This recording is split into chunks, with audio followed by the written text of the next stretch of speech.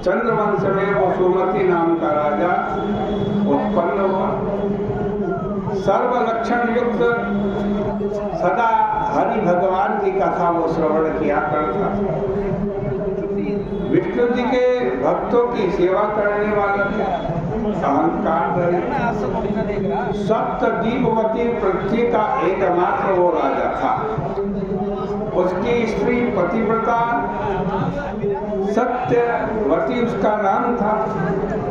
दोनों स्त्री पुरुषों ने जलदान, तालाब बनवाना, बगीचा बनवाना, कुआं बनवाना ये पुण्य किए। सत्यवती रोज विष्णु भगवान के मंदिर में नृत्य गीत आदि से युक्त परम आनंदित होती थी। राजा ने भी द्वादशी के दिन मनोहर ध्वजा विष्णु भगवान के मंदिर में बांधी। इस प्रकार धर्मात्मा राजा और रानी की देवताओं ने भी इस कर्म से स्तुति की। राजा और रानी को देखने के लिए एक बार शिष्य युक्त विभांडक नाम के मुनि आए। मुनि का आगमन सुनकर के सुमति नाम के राजा स्त्री सहित विस्तार पूर्वक होनी का सत्कार किया। फिर हाथ जोड़ करके बोले, हे महाराज, आपके आशीर्वाद से हम कृतकृत्य हैं। संतों का आगमन संत लोग कल्याणकारी मानते हैं। तेज यश धन हमारा यही है।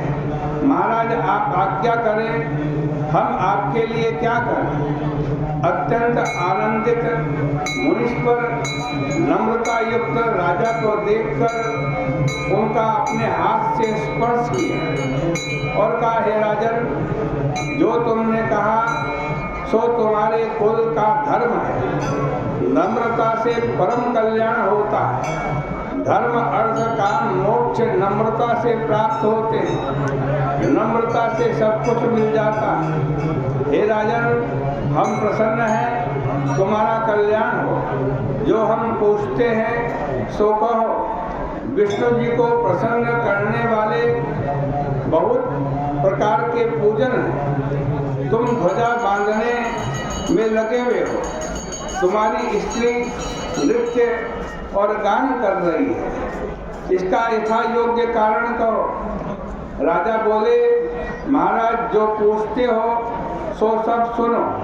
हे मुने, हमारा स्त्री पुरुष का पूर्व वृत्तांत बड़ा आश्चर्यजनक है। मैं पूर्व में मालिन नाम का कुमार्ग में रत सब लोगों का अकल्याण करने वाला सूत्र था। चुगली करने वाला था। धर्म का द्वेषी था। राजा का द्वेषी था। देवता का द्रव्य लेने वाला था। महापापियों के सहयोग से भक्ष अभक्ष का भी कोई विचार नहीं करता था। गौ ब्राह्मण का नाश करता था। चोरी करता था। नित्य ही कठोर वचन बोलता था। वेश्या में रत था। इस प्रकार कि हमारे कर्म देख करके हमारे घर वालों ने हमें छोड़ दिया, घर से निकाल दिया। तब मैं वन में आ गया। मृग मांस भक्षण करता, मार्ग में लोगों को लूटता और एकाकी निर्जन वन में रहता। एक दिन भूख प्यास धूप से पीड़ित पुराने टूटे फूटे विष्णु भगवान के मंदिर में गया। वहाँ मैंने निवास किया। हे मुनि, उस टूटे हुए विष्णु भगवान के मंदिर को मैंने पत्ते, तृणके और लकड़ी से उसका जीर्णोद्धार किया। भोग के लिए मंदिर की जमीन को अच्छी तरह साफ किया, लीपा और उसी मंदिर में एक व्याध की वृत्ति धारण करके रहने लगा। मृग को मार करके आज जीवन व्यतीत करते मेरे को 10 दिन बीत गए। इसके बाद एक दिन विंध्याचल पर्वत पर रहने वाली निषाद की कन्या कोकिलिनी जिसका नाम है वो भी बंधुओं से निकाली गई। आज भूख प्यास से व्याकुल देवयोग से वन में घूमती हुई वो मेरे पास आ गई। उसको दुखी देखकर मुझे बड़ा दया आया। मैंने उसको जल और मांस भोजन करने को दिया।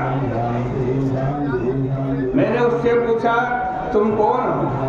तब उसने कहा कि कोकिलिनी नाम के दामुक निषाद की कन्या विंध्याचल पर्वत पर वे रहती थी। चोरी करने वाली थी, कठोर वचन बोलती थी। पति की मैंने हत्या कर दी, इसलिए बंधुओं ने मुझको छोड़ दिया।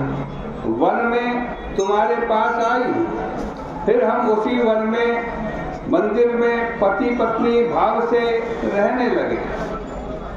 आज कहते हैं एक दिन हमने मांस खाया, मदिरा पी।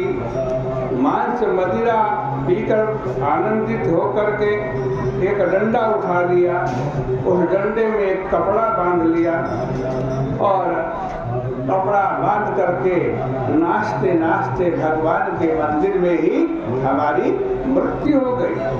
देवों ने उसी समय हम दोनों मर गए। इतने में यमराज के दूत हाथ में पास लेकर के आए।